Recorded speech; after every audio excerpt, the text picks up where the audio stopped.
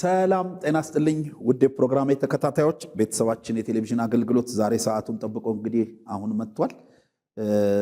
ቤተሰብና ፈተናን የማለፍ ጥበብ በሚል ርዕስ የምንማረው ትምህርት እንግዲህ ወደ ክፍል 5 ላይ ደርሰናል። ዛሬ እንግዲህ ፈተና ምንድነው በሚል በተለይ ሶስቱን ክፍሎች አይተናል። እንግዲህ መጽሐፍ ቅዱስ ላይ ተፈትነው እንግዲህ ፈተናን ያለፉ ሰዎች እንግዲህ በፈተና ውስጥም ደግሞ ከነሱ ምንድነው የምንማረው በሚል እንደዚሁ አንዳንድ ባለ ታሪኮችን እያነሳን ያለነው። በተለይ ባለፈው አዳምና ሔዋንን ተመልክተናል። እንግዲህ ሰይጣን እንዴት እንዳታለላቸው፣ እንዴት እንደፈተናቸው፣ እርስ በርስ ያላቸውን ግንኙነት እንዴት ፈተና ላይ እንደጣለው፣ ከዛ ከሚጣፍጥ ኑሮ እንዴት እንዲወጡ እንዳደረጋቸው፣ ከእግዚአብሔር ሕግ እንዴት እንዲተላለፉ እንዳደረጋቸው። ሁለት ነገር ነው ይኸውላችሁ ሰይጣን ያደረገው። እርስ በርስም በመካከላቸው ያለውን ግንኙነት ሰበረው፣ ከአምላካቸውም ጋር ያለውን ግንኙነት ሰበረው። እና ሰይጣን ምን ጊዜም ከኔና ከናንተ የሚፈልገው ነገር ይሄ ነው። በተለይ በጋብቻ ውስጥ ባልና ሚስት መካከል ያለውን ግንኙነት እንዴት ብሬክ እንደሚያደርግ አስቦ አቅዶ በረቀቀ መንገድ ለናንተ የሚያስብ መስሎ ነው የሚመጣው ሰይጣን። የሚገርማችሁ ሲመጣ ራሱ ጥቅስ ሁሉ ይዞ ነው የመጣው። ጥቅስ ሁሉ በቃ በእውኑ እግዚአብሔር ከገነት ፍሬዎች ሁሉ እንዳትበሉ ከልክሏልን ብሎ እግዚአብሔር ያዘዘበትን ጥቅስ ነው ይዘው ይመጣው። አንዳንድ ጊዜ ሰይጣን ይህን እንደውም በዚህ ዘመን በረቀቀ መንገድ ለምሳሌ አገልጋይ በሚመስሉ ሰዎች የፈረሱ ጋብቻዎች አሉ። ጥቅስ እየተጠቀሰ ትንቢት እየተተነበየ ልብ አድርጉ። ስለዚህ የእግዚአብሔርን የረቀቀ ዓላማ በማስተዋል መገንዘብ አለብን። አለበዛ ለእግዚአብሔር ሕግ ችላ ካል ሰይጣን በረቀቀ የተንኮል ዓላማው ትዳራችንን ሊያፈርስ ይችላል። እኔ ስለ ትዳር፣ ስለ ጋብቻ፣ ስለ ኪዳን እያነሳው ስለሆነ እንጂ ስለ ቤተሰብ ሕይወት እያነሳው ስለሆነ እንጂ አንዳንድ ጊዜ ሰይጣን የቢዝነስ ሕይወታችንን የቢዝነስ ነገራችንን ሊመታ ይችላል። አንዳንድ ጊዜ በረቀቀ ተንኮሉ ጤናችንንም ሊመታ ይችላል። ማህበራዊ ሕይወታችንን ሊያቃውስ ይችላል። አገልግሎታችንን ሊያቃውስ ይችላል። ስለዚህ እግዚአብሔር ማንኛውንም ነገር ማንኛውንም ውሳኔ ስንወስን በእግዚአብሔር ሕግ ላይ ቆመን ነው። እግዚአብሔር እኔን ምን ብሎኛል? ቃሉ ምን ይላል? ለእኔ በግል የሰጠኝ የተስፋ ቃል ምንድን ነው ብለን ማለት ነው። ስለዚህ ባለፈው ሳምንት ላይ በተለይ ሔዋንን ሰይጣን እንዴት አድርጎ ከአዳም ነጥሎ እንደወሰዳትና እንዴት እንዳሳመናት ተመልክተናል። በከፍተኛ የማሳመን ችሎታው ባሏን እንኳን ለማማከር ፋታ እንዳታገኝ አድርጎ እግዚአብሔር አትብሎ ያለውን ፍሬ ሲያስበላት እንመለከት። ይሄ ብቻ አይደለም፣ ለሱም አሳይመንት ይዛ እንድትሄድ ሰይጣን አርጓታል። ልብ አድርጉ፣ እሱም እንዲበላ። ለምን? ሁለቱም ላይ ነው ታርጌት ያደረገው። አይደለም እኮ ባልና ሚስት አይደለም እንኳን ይሄንን ትልቅ ውሳኔ ቀርቶ ትንንሽ ነገር እንኳን በጋራ እንዲወስኑ እናደርጋቸዋለን። እንኳን ይሄንን ስፔሲፊካሊ እግዚአብሔር በጣም ያሰመረበትን የእግዚአብሔር ትእዛዝ ልትጥስ ቀርቶ ለሌሎች ጉዳዮች እንኳን ለማህበራዊ ሕይወታቸው ለመንፈሳዊ ሕይወታቸው እንኳን መመካከር አለባቸው ባልና ሚስት። ግን አላማከረችውም፣ በላች። እሱ አይደለም የሚገርመው፣ ከበላችም በኋላ ይዛ ሄደች ልታበላው። አጎረሰችው፣ በላ። በቃ ልክ ነው። ፍቅር ስላለ በፍቅር ተሸፍኖ ያው ባልና ሚስት መካከል መጎራረስ አለ። መቼም ሚስት ስታጎርስ እንደው እዚህ ውስጥ ምን ጨምራ ይሆን ብላ አትጠራጠርም። እና ብዙ ነገር አለ። ሊያምናት ይችል ይሆናል፣ ግን ማስተዋል አለበት። የተለየ ቴስት ሲያገኝ ይሄ እኛ ቤት ቴስት ነው ወይ? ይሄ እስካሁን በልተን የሚገባን ነገር ነው ወይ? የበላነው ነገር ነው ወይ? ይሄ ለኛ ተፈቅዷል ብሎ መጠየቅ ነበረበት። ግን አልሆነም። ከዛ በኋላ ሁኔታው ባስከተለው መዘዝ እርስ በርስ መፈራራት ጀመሩ። እግዚአብሔር ፊትም መቅረብ አቃታቸው፣ ተሸሸጉ ይላል። ከዛስ እግዚአብሔር መጥቶ ሲጠይቃቸው እርስ በርስ ተካሰሱ። በጣም ይገርማቸዋል። በቃ ሰይጣን ታርጌቱን መታ። እርስ በርስ እግዚአብሔር ፊት፣ ሰው ፊት ቢካሰሱ አይደንቅም። እግዚአብሔር ፊት ከተወሰነ ጊዜ በፊት አጥንትሽ አጥንቴ ነው ስጋሽም ስጋዬ ነው ያለው እግዚአብሔር ፊት ይሄንን ያለው አዳም አንተ የሰጠኸኝ ነች ለዚህ ጥፋት የዳረገች አጥንቴ ነች ያላትን ሚስቱን አጥፊ ነች፣ እኔንም ይዛኝ ጠፍታለች፣ እዚህ መዘዝ ውስጥ የከተተችኝ እሷ ነች፣ ግን እሱ ኃላፊነቱን መወጣት ነበረበት። አንደኛ ያን ያህል ጊዜ ከሰይጣን ጋር ስታሳልፍ የቴርሽ ማለት ነበረበት። አብሯት በሆን ነበረበት። መለየት አልነበረበትም። ልብ አድርጉ። ሁለተኛ ነገር ስታበላው ከየት መጣ ማለት ነበረበት። እሱ የሚገርማችሁ አዳም የከሰሰው ሔዋንን ነው። የሔዋን ክስ ደግሞ እግዚአብሔር ነው የከሰሰችው። ብዙ ሰው ልብ አይለው። አንተ የፈጠርከው እባብ ነው፣ አንተ ነው የፈጠርከው፣ ይህን ክፉ ፍጥረት አንተ ነው የፈጠርከው። ስለዚህ የእሷ ክስ የባሰ ነው። እግዚአብሔር ነው የከሰሰችው። አሁን ይሄ ቤተሰብ ትልቅ ፈተና ተጋፍቷል።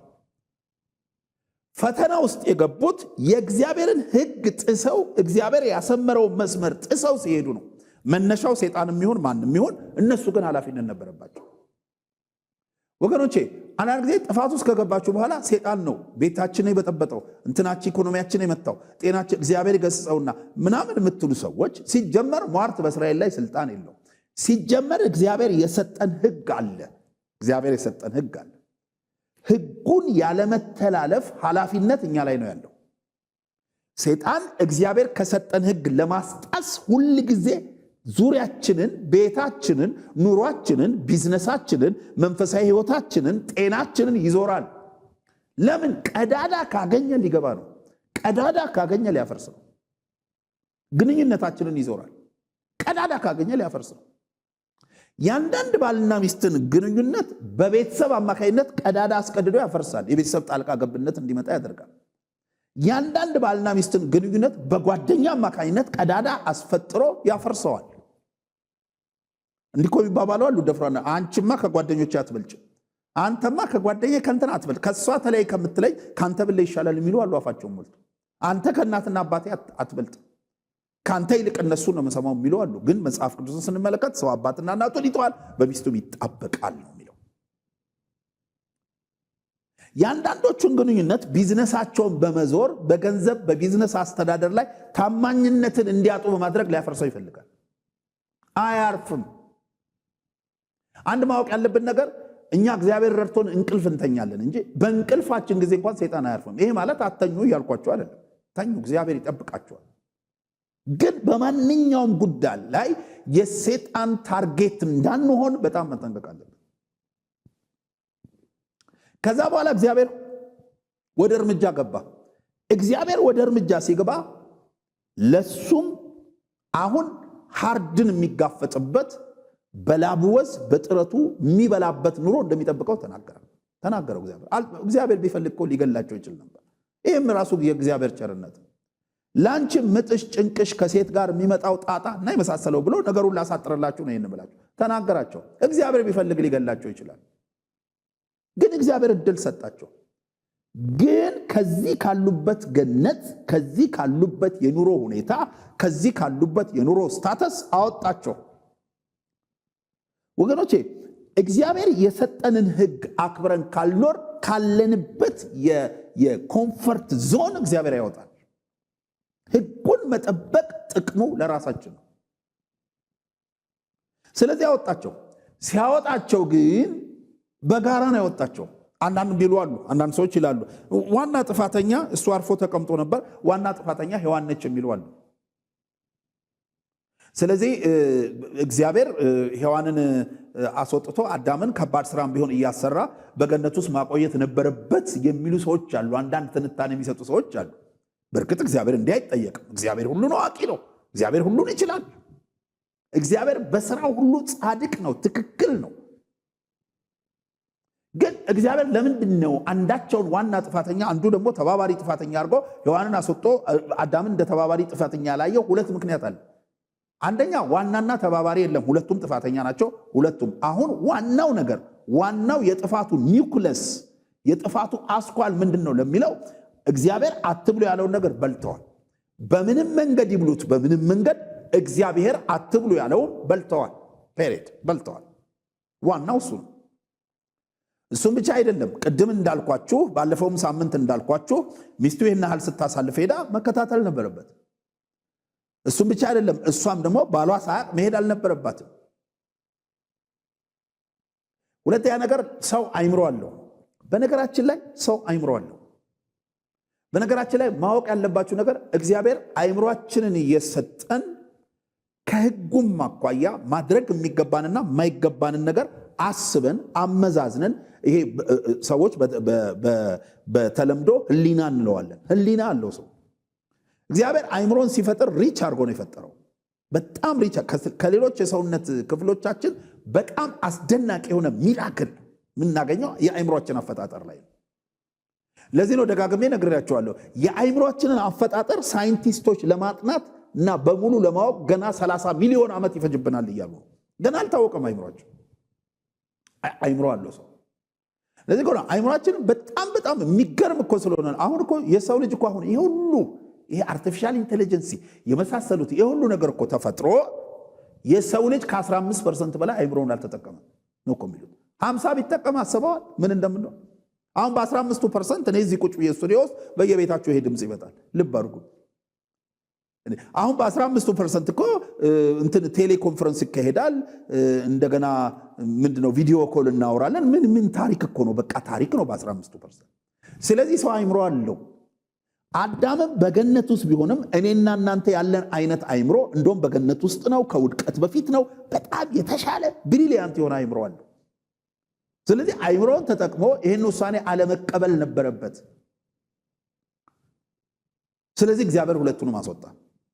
አሁን ልብ አድርጎ አዳምና ሔዋን ባንዴ ከገነት ውስጥ ወጥተው ወደ ሪሞት ሲሄዱ በጣም ከባድ ባንዴ አሁን ምንድነው ኮምፈርት ዞን የሚባለው? እንግዲህ በዓለም ላይ ምንድነው እንዲሁ የመጨረሻ ጥግ ኮምፈርት ዞን፣ የምታውቁት ሆቴል፣ የምታውቁት ሪዞርት፣ የምታውቁት መዝናኛ፣ በጣም ኮምፈርት ጥግ ላይ የደረሰ ቢኖር በዚህ ዘመን ከዛ በጣም ብዙ ሺህ እጥፍ ገነት ኮምፈርት ዞን ነው። በጣም ይገርማል።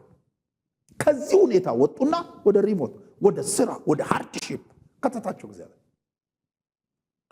እኔ የአዳምና ሔዋን እዚህ ቦታ ላይ ብዙን ነገር አጡት። ከእግዚአብሔር ጋር ያላቸውን ነገር አጡት። የእርስ በርስ ግንኙነታቸውን ግን አላጡትም። የሚገርማቸው ልክ ነው፣ ከሷታል እግዚአብሔር ፊት፣ እሷም ደግሞ አንተ የፈጠርከው እባብ አለች። ግን ግንኙነታቸው ሲቀጥል እናያለን። ከዛ በኋላ መጽሐፍ ቅዱስ ላይ አዳምና ሔዋንም ተፋቱ የሚል ታሪክ አናገኝም። ልብ አድርጉ። ግንኙነታቸው ቀጥሏል። እንደውም በዚህ ሁሉ ውስጥ ግንኙነታቸው ቀጥሎ አዳም ከዛ በኋላ ለሔዋን ቅጽል ስም ሁሉ ያወጣላት ከዛ በኋላ ነው። ዘፍጥረት 3:20 ላይ ከተባረሩ በኋላ ያንን ሃርድሺፕ ከተጋፈጡ በኋላ የሔዋን ሁሉ እናት ብሎ ቅጽል ስም አወጣላት። ፍቅር አለ ማለት ነው መሃላቸው። አስበው ታውቃለህ? እኔ ብሆን ብለህ አስበሽ ታውቂያለሽ? እኔ ብሆን ብለሽ እንደው እኔ ብሆን ልክ ነው። እንደው አሁን እንደ ወንድ ሁሉ ጊዜ ወንዶች ብዙ ጊዜ አንድ ጥፋት ሲመጣ ቤት ውስጥ በሴቷ ነው የሚያሳብበው አብዛኛውን ጊዜ። ሴቷም ደግሞ በወንዱ ታሳብባለች። ጥቂቶች ደግሞ ኃላፊነት እኔ ነኝ ኃላፊነት ወስደው ብለው ስህተታቸውን የሚያምኑ አሉ። ልብ አድርጉ። እዚህ ቦታ ግን ጸሐፊው አልጻፈው እንደሆን እንጂ እነዚህ ሰዎች ስህተታቸውን አምነው ከመካሰስ ውጭ ስህተታቸውን አምነው እግዚአብሔርን ይቅርታ የጠየቁበትን ሁኔታ አናይም። የሚገርማችሁ ነገር እንደው ታሪኩን ላላወቀው ሰው ኤክስፔክት ታደርጋላችሁ አዳምና ሔዋንም እግዚአብሔር ፊት ወደቁና እግዚአብሔር ሆይ ይቅር በለን አሉ የሚል የለም። ሲያስወጣቸው ዝም ብለው ወጡ። ለምን? አሳበዋል። ኦልሬዲ በቃ አሳበዋል። አንዳቸው በአንዳቸው ላይ አሳበዋል። ግን ደግሞ የፈለገ እግዚአብሔር ፊት ይካሰሱ እንጂ እርስ በርስ ግንኙነታቸው ብሬክ ሲያደርግ አንመለከትም። ከዛ በኋላ ነው ቅጽል ስም ያወጣላት። እንዴ ግንኙነት እኮ ጥሩ ከሆነ ነው ለሚስት እኮ ቅጽል ስም የምታወጣው። ማሬ፣ ሆዴ፣ ፍቅር፣ ማም፣ ኪያ፣ የኔ ምናምን የምትለው እኮ ግንኙነቱ መልካም ሲሆን ነው። አንቺም እንደዛ የምትዩ ማለት ነው። ስለዚህ ግንኙነታቸው መልካም ሆኗል። በጣም ይገርማችሁ። ሃርዱን ተጋፈጡት። የደረሰባቸው ሃርድ ግን ጋብቻቸውን ሲያፈርሰው አንመለከትም።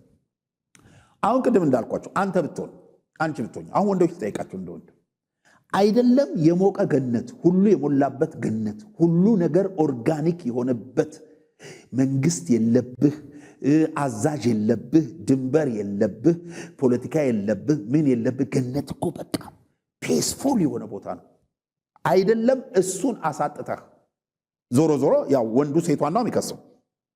አይደለም እሱን አሳጥተህ አሁን ያለችው በብዙ ጉድለት የተሞላችውን ደሳሳ ጎጆህን ሚስት ብታሳጣህ ግንኙነት የሚቀጥል ይመስላል በዚህ ዘመን? ለምን ስላችሁ አንዳንዶች በጣም በትንሽ ምክንያት ቤታቸውን ሲያፈርሱ ስላየን።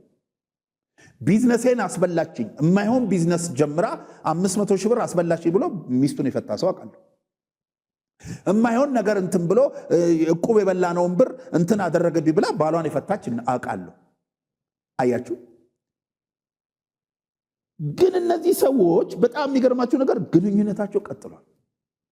ፍቺን እንደ መፍትሄ አማራጭ ሲያደርጉ አንመለከትም። በጣም ይገርማል። አሜዚንግ፣ በጣም አሜዚንግ። ስለዚህ በተለያየ ቻሌንጅ ውስጥ የገባችሁ ጥንዶች ብትኖሩ፣ የተለያየ ፈተናን የተጋፈጣችሁ ጥንዶች ብትኖሩ፣ ልክ ነው። ፈተና ሲያጋጥም ጥፋትን አንዱ ባንዱ ላይ ማላከክ በእናንተ አልተጀመረም። አዳምና ሔዋንም እርስ በርስ ይላከኩ ነበር። እግዚአብሔር ፊት ነው አንዳቸው በአንዳቸው ላይ ይላከኩ ነበር። እኔ የምድር ዳኛ ፊት ቢያላክኩ አይገርመኝም። እግዚአብሔር ፈጣሪያቸው ፊት ልብና አይምሯቸውን ኩላሊትን የሚመረምረው ፈጣሪያቸው ፊት ጥፋታቸውን አንዳቸው በአንዳቸው ያላከኩ ነበር። ማላከክ በእናንተ አልተጀመረም። ግን አደጋ የሚሆነው ግንኙነትን ማፍረስ ነው። ግንኙነታቸውን ሲያፈርሱ አንመለከትም። ስለዚህ ፈተናን የተጋፈጣችሁ በየቤቱ ይውላችሁ፣ በፈተናችሁ ውስጥ በመጀመሪያ ማሳስባችሁ የሰይጣንን ተንኮል ተመልከቱ። ሌባው ሊሰርቅ፣ ሊያርድ፣ ሊያጠፋ እንጂ ስለሌላ ስለምንም አይመጣም። በነገራችን ላይ አንድም ቀን ለሰው መልካም አስቦ አያውቅም ሰይጣን። አንድም ቀን በማር ለውሶ ውስጡ ሬት ነው። በሚያሸበርቅ ነገር ላይሆን ያደርግና አሳቢ ይመስልና የተሻለ ከፍ ምትሉ፣ የተሻለ ቢዝነስማን እንደምትሆኑ፣ የተሻለ ትልቅ ሰው እንደምትሆኑ፣ የተሻለ ፕሪቪሌጅ እንደምታገኙ አድርጎ ይመጣል እንጂ መጨረሻው ጥፋት ነው። መጨረሻው ኪሳራ ነው። ለምን? መጨረሻ አከሰራቸው። በእነሱ ምክንያት የመጣው ፍርድ የሰው ልጆች ላይ ሁሉ የፈጠረውን ተጽዕኖ ክርስቶስ ባይመጣ፣ እግዚአብሔር በክርስቶስ ሆኖ ራሱን ከኛ ጋር ባያስታርቅ ኖሮ ለዘመናት እኮ ጉድ አድርገውን ቀርተው ነበር። ግን ምህረት መጣ በክርስቶስ። አያችሁ። ስለዚህ ሁልጊዜ በትዳራችሁ ስትኖሩ የሰይጣንን ተንኮል መገንዘብ መቻል አለባችሁ። ግን ይህን ፈተና ለልዩነት አልተጠቀሙበትም። ግንኙነታቸው ቀጥሏል። ቢያንስ የተለያየ ቢዝነሳችሁን ያጣችሁ፣ ጤናችሁን ያጣችሁ፣ በተለያየ ምክንያት ሰይጣን ሸውዷችሁ የተሻለ የምታገኙ መስሏችሁ በብዙ መልኩ ሰይጣን ያከሰራችሁ ሰዎች ቢያንስ ግንኙነታችሁን አትርፉ፣ ቢያንስ ኪዳናችሁን አትርፉ፣ ቢያንስ አንድነታችሁን አትርፉ። በአዳምና በሔዋን ላይፍ ውስጥ ከፈተና አኳያ የምንገነዘበው ይሄ ነው። ሌላው ፈተናን የተጋፈጡ ጥንዶች መጽሐፍ ቅዱስ ላይ ብንመለከታቸው አብርሃምና ሳራ ናቸው። የአብርሃምና የሳራ ጋብቻ ደግሞ 3 ምዕራፎች የተፈራረቁበት ጋብቻ ነው። የመጀመሪያው በእግዚአብሔር ተስፋ የተመሩበት ምዕራፍ ነው። በጣም ይገርማል። በእግዚአብሔር ተስፋ የተመሩበት፣ እግዚአብሔር የገባላቸው ተስፋ በጣም ይገርማል። በተለይ ዘፍጥረት 12 ከ1 እስከ 9 ላይ ስንመለከት እግዚአብሔርም አብርሃምን አለው ይላል፣ ከአገር ከዘመዶች ከአባት ቤት ተለይተህ እኔ ወደማሳይ ምድር ውጣ፣ ታላቅ ሕዝብ አደርግሃለሁ፣ እባርክሃለሁ፣ ስምህንም አከብረዋለሁ፣ ለበረከትም ሁን፣ የሚባርኩ ይባረካሉ፣ የሚረግሙ ይረገማሉ፣ የምድር ነገዶች ሁሉ በአንተ ይባረካሉ አለው። ሰውየው እግዚአብሔር እንዲህ ስለው እድሜው 75 ነው። በጣም ይገርማል። እኔ ጭካኔው ውጣ ሲለው ይህን ቃል ተከትሎ ነው የወጣው። የሚገርማችሁ ሰው በ75 ዓመቱ እንኳን ቤተሰቡን ይዞ ሊወጣ፣ እንኳን ጓዙን ይዞ ሊወጣ፣ እንኳን ንብረቱን ሁሉ ይዞ ሊወጣ ቀርቶ በ75 ዓመቱ ለቅሶ ሊደርስ እንኳን ሩቅ መሄድ ይፈራል። አሁን እንግዲህ አባባ ካሌ ከቤት አትውጡ፣ እንግዲህ አሁን ደክመዋል፣ ሊሰበሩ ይችላሉ፣ ይወድቃሉ፣ ሩቅ መንገድ አይሂዱ ነው እኮ የሚባለው። ሁላችንም እናቶቻችን አባቶቻችንን ደከም ሲሉ ሩቅ አትሂድ፣ አትዳፈር፣ መኪና እያየ ምናምን ነው ምንለው። ሰውየው በዚህ ዕድሜው እግዚአብሔርን ሰምቶ ወጣ። ቤተሰቡን ይዞ ደፋር ነው፣ ቆራጥ ነው፣ በእግዚአብሔር በጣም የታመነ ሰው ነው። በጣም ይገርማል። በዚህ ዕድሜ ሰው ወደ ሀገሩ ይገባል እንጂ ከሀገሩ አይወጣም። በዚህ ዕድሜ ሰው ወደ ቤተሰቡ ይሰበሰባል እንጂ ከቤተሰቡ አይወጣም። የሚገርማችሁ ይሄኛው ምዕራፍ በጣም የሚገርም ምዕራፍ ነው። ይሄኛው ውሳኔው የአብርሃም ውሳኔ በጣም የሚገርም ውሳኔ ነው። ከእግዚአብሔር ጋር የነበረውን ከፍተኛ መጣበቅ ያሳያል። ጥሩ ነው አጀማመሩ። የሚባርኩ ይባረካሉ፣ የሚረግሙም ይረገማሉ አለው። አብርሃምም እግዚአብሔር እንደነገረው ሄደ፣ ሎጥም ከእርሱ ጋር ሄደ። አብርሃምም ከካራን በወጣ ጊዜ የ75 ዓመት ሰው ነበር። በጣም ይገርማል። ይሄ ከሀገር ከዘመዶቹ ተለይ የተባለበት ሲዝን በጣም ደስ የሚል ምዕራፍ ነው። ስለዚህ እግዚአብሔር ወደ አሳየው ምድር ሄደ ማለት ነው። እንግዲህ ሁለተኛው ግን ፈተና መጣ። የሚገርማችሁ ነገር ሁሉም ሰው አሁን አብርሃም የእምነት ጥግ ነው አይደል? በጣም የሚገርማችሁ ነገር በቃ እምነት እንደ አብርሃም ይባላል፣ የእምነት ጥግ ነው። ግን የአብርሃምና የቤተሰቡ ህይወት በብዙ ፈተና፣ በሚያመሰቃቅሉ ፈተናዎች የተሞላ ነው። ስለዚህ ፈተና ያልገጠመው ቤተሰብ የለም። ግን ባልና ሚስት ሁልጊዜ ማሰብ ያለባችሁ ነገር ይህንን ፈተና እንዴት ከእግዚአብሔር ጋር ሆነን እንወጣዋለን የሚለው ነው። እንግዲህ አብርሃም ሄደ። ከዛ ዘፍጥረት 12:10 ላይ እንዲህ ይላል፣ አብርሃም በሄደበት ምድር በዚያም ምድር ጽኑ ራብ ገብቶ ነበር። ከዚያም የተነሳ አብርሃም ለጥቂት ጊዜ በዚያ ለመኖር ወደ ግብፅ ወረደ ይላል። ልብ አድርጉ፣ ወደዛ ምድር ሂድ ያለው እግዚአብሔር ነው። አብርሃም ግን ድርቁን ፈርቶ የረሃቡን ፈተና ለምን ፈተና ገጠመው? የኑሮው ጉዳይ አደጋ ውስጥ ገባ።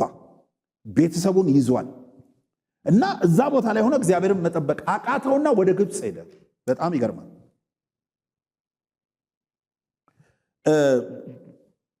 እግዚአብሔር ውጡ ብሏቸዋል፣ ተናግሯቸው ነው እዛ ሄዱት። ግን ደግሞ ያንን ትቶ ሄደ። ዘፍጥረት 12 ከ11 እስከ 13 ላይ ግን አሁን የአብርሃምና የሳራ ቤተሰብ ወደ ጥልቅ ፈተና ውስጥ ሲገባ ደግሞ እንመለከታለን። ግብፅ ለመግባት ጥቂት ሲቀረው አብርሃም ሚስቱን ሳራን እንዲህ አላት፣ መቼም አንቺ ውብ ሴት መሆንሽን አውቃለሁ። ግብፃውያን አንቺን በሚያዩበት ጊዜ ይህቺ ማናት ብለው እኔን ይገድላሉ፣ አንቺን ግን ይተውሻል። በጣም ይገርማል። አሁን ልብ አድርጎ ይፈተና። አንዳንድ ጊዜ አሁን አብርሃም እኮ ጥግ ላይ የደረሰ እምነት ያለው ሰው ነው እና ልሞት እችላለሁ ብሎ ሰጋ። በፈለገ የእምነት ደረጃ ብትሆን የሚያሰጋህ ነገር መንገድ ላይ ሊገጥም ይችል ይሆናል። በመሰረቱ አብርሃም እግዚአብሔር ሂድ ወዳላለው ምድር ነው ሄደው ግብፅ እና እግዚአብሔር ሂድ ወዳላለው ቦታ እግዚአብሔር ወስን ያላለውን ውሳኔ የወሰነ ሰው ሁልጊዜ ህይወቱ በስጋት የተሞላ ልሞት እችላለሁ፣ አንቺ ግን ትኖሪያለሽ። ግን እዚህ ጋር አብርሃም የዘነጋው ነገር በሷ እባርካለሁ፣ አበዛሃለሁ፣ ከሷ ልጅን ትወልዳለህ፣ ዘርህን እንደ ምድር አሸዋና እንደ ሰማይ ከዋክብት አበዛለሁ ያለው እግዚአብሔር አለ። ይሄንን ተስፋውን ዘንግቷል። ወገኖቼ ፈተና ስንጋፈጥ ተስፋችንን እንዳንዘነጋ መጠንቀቅ አለብን። ሁል ጊዜ በፈተና ውስጥ ያላችሁ ሰዎች እኔም ማሳስባችሁ እግዚአብሔር የሚያሳስባችሁ ማለት ነው። እግዚአብሔር ምን ተናግሯችኋል? እግዚአብሔር ከዚህ በኋላ ትኖራለህ ነው ትሞታለህ ነው ያለ። አንድ ነገር ልንገራችሁ፣ እግዚአብሔር ያለህን ነገር ሳይፈጽም አትሞትም። እኔ ብዙ ጊዜ እንዲህ ይላሉ፣ እግዚአብሔር የሰጠን የተስፋ ቃል የምንኖርበትን ካሌንደር ያሳያል ይላሉ። እርግጠኛ ሆኜ እነግርሃለሁ፣ እግዚአብሔር ያለህን ነገር ሳትሆን የሚገል በሽታ እንኳን ቢይዝህ አትሞትም። እልም ካለ አደጋ ውስጥ ሰው ሁሉ ከሚጨርስ አደጋ ውስጥ ልክ አሁን ባቄላ ሲቀቀል ድሮ እናታችን ባቄላ ሲቀቀልልን አንድ ጥሬ ወይ ሁለት ጥሬ ይገኛል። ልክ እንደዛ እግዚአብሔር ያተርፋል። ለምን? እግዚአብሔር ለአንተ የሰጠ የተስፋ ቃል አለ። እና አብርሃም እዚህ ጋር ይሄን ሲዘነጋ እንመለከታለን። ማናት ብለው ሚስቴ ነች ካልኩ ይገሉኛል። እግዚአብሔር ግን ያለው በሷ ምክንያት ትሞታለህ ሳይሆን በሷ ምክንያት ትበዛለህ ነው ያለው። ስለዚህ ወገኔ እግዚአብሔር ምንድን ነው ያለ? አትስጋ፣ አይዞ፣ ብቻ ከእግዚአብሔር ጋር ተጣበቅ። ብቻ ከእግዚአብሔር ጋር ተጣበቅ። ብቻ እግዚአብሔርን ያዘው። እግዚአብሔር በህይወትህ የገባልህ ተስፋ ሳይፈጸም አታልፍም። አበቃ ዘንድሮን አላልፍም ይላል አንዳንዱ ሰው። እግዚአብሔር ከዘንድሮ ማዶ ያየደ ነገር አለ እና የአብርሃምና የሳራ ቤተሰብ እዚህ ቦታ ላይ ሲፈተኑ እናያለን። ስለዚህ ህይወቴን እንድትተርፍ እህቱ ነኝ በይ አላት። ልብ አድርጉ፣ የእግዚአብሔርን ተስፋ ተጠራጥሯል። እንደገና ዋሽቷል። እህቱ አይደለችም፣ ሚስቱ ነች። ፈተናው እንዲዋሽ አደረገው። የመጣባቸው ፈተና ከመስመር እንዲወጡ አደረጋቸው። ከዛስ በኋላ በጣም የሚገርማችሁ እዚህ ዘፍጥረት 12 ከ15 ከ16 ላይ የፈርዖንም ሹማምንት ባዩዋት ጊዜ ለፈርዖን አድንቀው ነገሩት፣ ወደ ቤተ መንግስትም ወሰዷት። ይገርማል። በእሷም ምክንያት ፈርዖን አብርሃምን አክብሮ አስተናገደው። ልባርክ ተስፋውን አስይዞ ከበረ። ተስፋውን አስይዞ የተስፋው መፈጸሚያ ቁልፍን ሰጥቶ ከበረ። በጎችና ከብቶች፣ ተዕባትና እንስት፣ አህዮች፣ ወንድና ሴት አገልጋዮች እንዲሁም ግመሎች ሰጠው። ልባርኩ ሰጠው፣ አገኘ። ግን ተስፋውን ትቷል። ንጉሱ ፈርዖን ሰጠው፣ ሀብት በሀብት ላይ ሰጠው፣ ሀብት ያዘ። ግን ተስፋው ጥያቄ ውስጥ ገብቷል። ወገኖቼ በተለይ በጋብቻ ውስጥ ያላችሁ የጋብቻ ትምህርት ስለማሰብ ይሄ ወጣ ብሎ በብዙ መልኩ መንፈስ ቅዱስ በዚህ ውስጥ ሊናገራችሁ ይችላል። ግን ምንጊዜም ሀብት ስታገኝ፣ የሆነ ነገር ጌን ስታገኝ ተስፋዬ ላይ ነኝ ወይ? እግዚአብሔር ያለኝ መስመር ላይ ነኝ ወይ? ትላንትና የሰማሁት እግዚአብሔር ትላንት ሰምቶታላ። ከሀገር ከዘመዶች ተለይተው ውጣ ሲለው ሰምቷላ። ትላንትና የሰማሁት ውጣ ሲለኝ የወጣሁለት ያመንኩት የተከተልኩት የተስፋ ቃልን የተቀበልኩት እግዚአብሔር በእርግጥ ዛሬ ከኔ ጋር ነው ወይ? በእርግጥ እሱ ያለኝ መስመር ላይ ነኝ ወይ ብሎ ራስን መጠየቅ ይገባል። አገኘ። ለጊዜው እኮ ምስጋና ጊዜ ሁሉ ሊያዘጋጅ ይችል ይሆናል። እዚህ ላይ ባይጻፍም ጌታ ባረከው ልንል እንችል ይሆናል። ብዙዎች እኮ ጌታ ባረከው እንትና ፈስማ መስሚያ የለውም አገኘ፣ መኪና ቀየረ፣ እንትና ውጭ ሀገር ሄደ፣ እንትና እንዲሆነ። ግን ተስፋው ላይ ነው ወይ? እግዚአብሔር የተናገረውና እሱ ትክክል ናቸው ወይ?